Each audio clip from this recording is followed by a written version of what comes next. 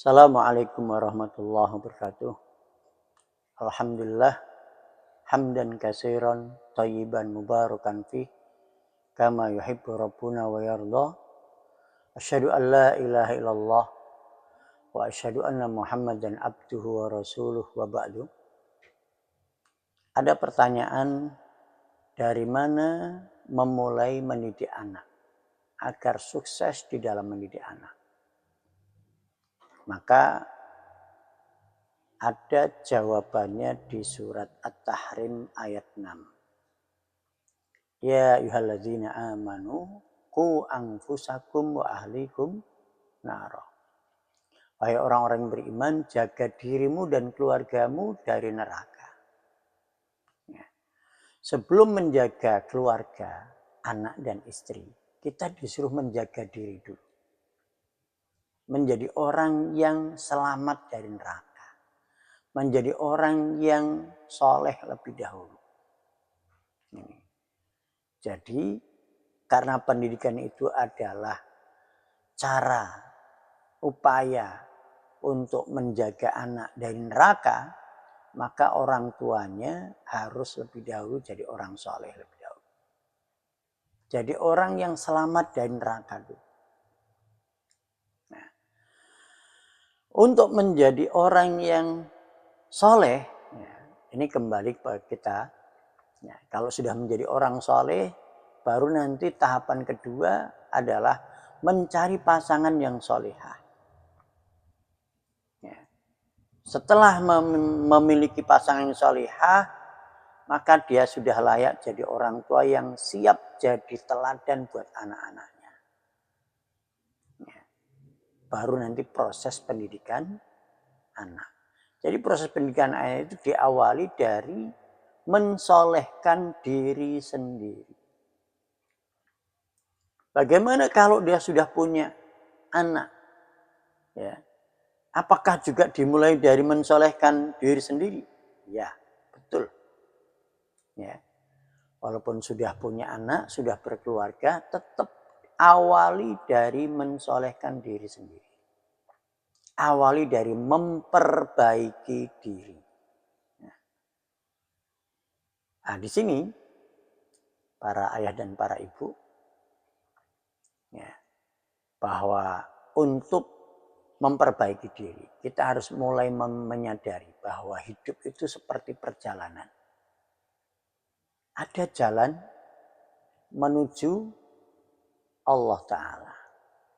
Ya, hidup itu perjalanan menuju Allah Ta'ala.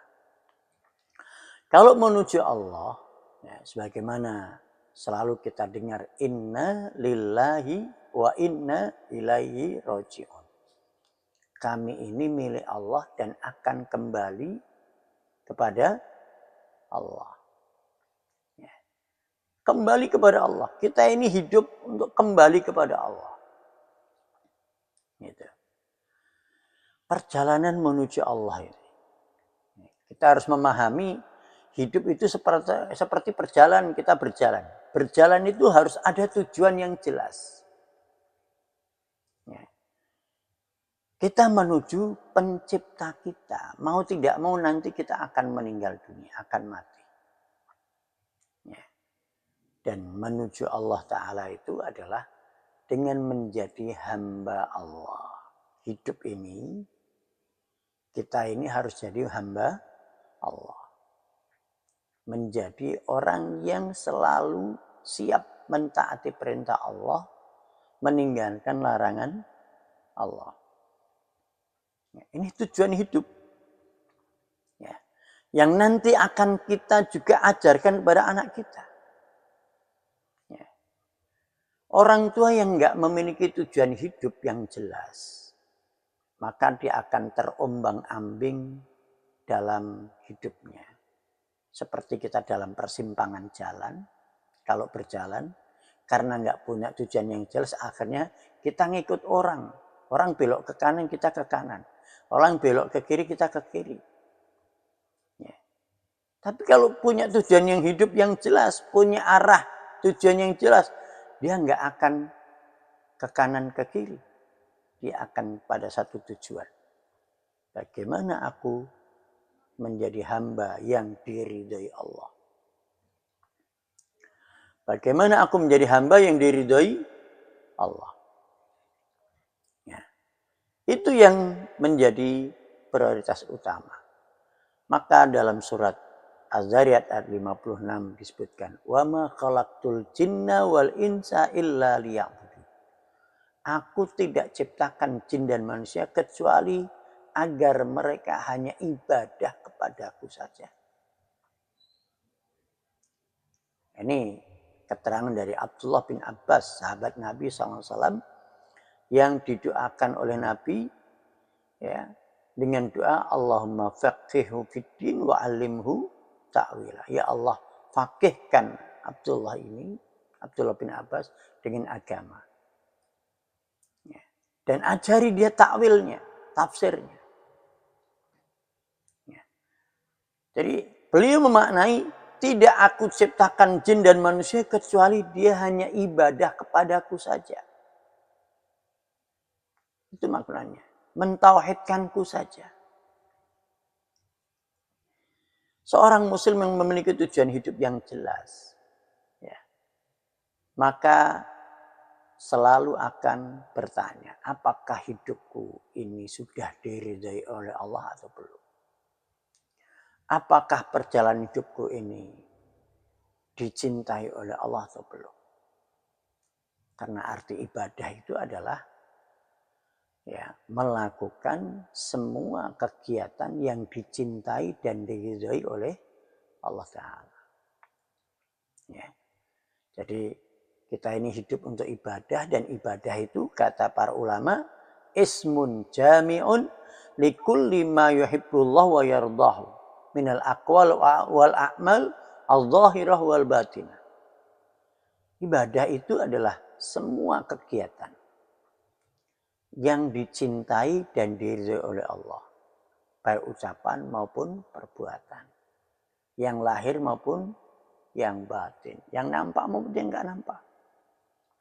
Jadi kita hidup ini bukan berarti hanya untuk sholat saja, dibatasi di dinding-dinding masjid, tidak.